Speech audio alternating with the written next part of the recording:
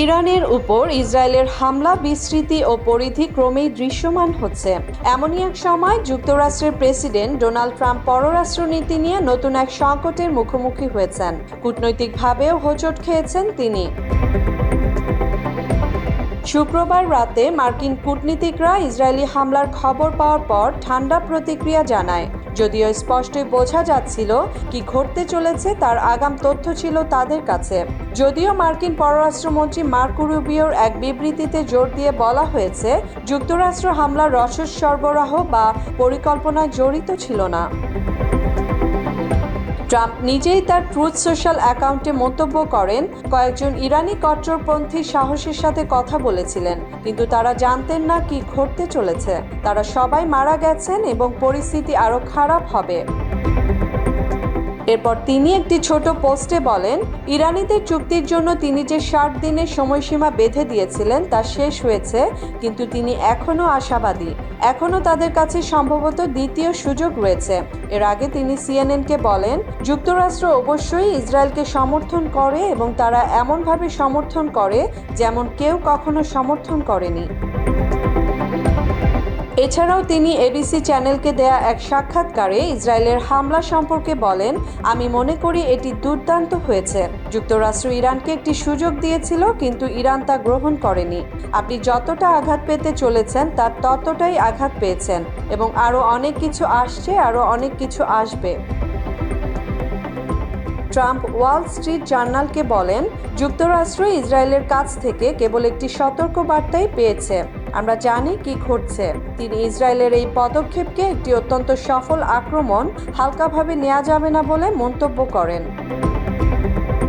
Georgetown বিশ্ববিদ্যালয়ের school of foreign সার্ভিসের Daniel বাইম্যানের মতে, ইসরায়েলের এই পদক্ষেপ এই অঞ্চলের যুক্তরাষ্ট্রের পছন্দের বিরুদ্ধে যাওয়া আরেকটি ব্যবস্থা।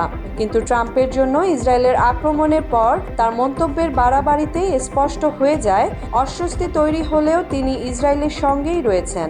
বাইম্যান বলেন, অতীতে তিনি কী কথা বলেছেন বা প্রতিশ্রুতি দিয়েছেন তাতে কিছু আসে যায় না। ইসরায়েলের এই হামলায় 90 জনেরও বেশি নিহত হয়েছে।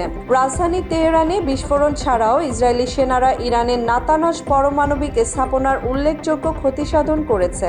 এই পরিস্থিতিতে শান্তির সম্ভাবনা ক্রমেই সাথে সাথে ম্লান হয়ে আসছে।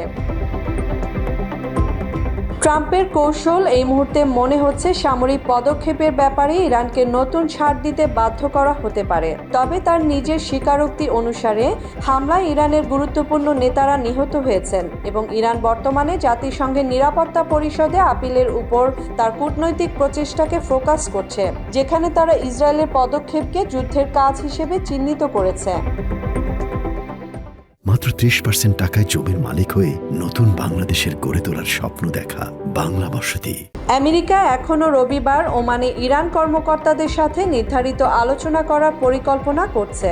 Centre for strategic and international স্টাডিজের মধ্যপ্রাচ্য প্রোগ্রামের সিনিয়র ফেলো উইল টডম্যান বলেছেন, যদি মার্কিন ইরান চুক্তি হয় তাহলে ইসরায়েলের ভবিষ্যতের কৌশলের উপর নাটকীয় প্রভাব পড়বে।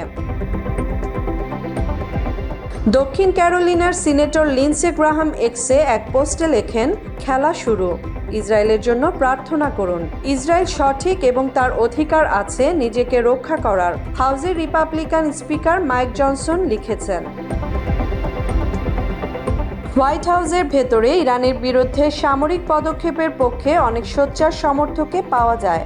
সাম্প্রতিক মাসগুলোতে দূরে সরিয়ে দেওয়া হয়েছে, যার মধ্যে সাবেক জাতীয় নিরাপত্তা উপদেষ্টা মাইক ওয়ালটজও রয়েছেন। তিনি মে মাসের গোড়ার দিকে ট্রাম্পের পদত্যাগের অনুরোধ করার আগে ইরান আক্রমণ করার পরিকল্পনা নিয়ে ইসরায়েলের সাথে পরামর্শ করেছিলেন বলে জানা গেছে।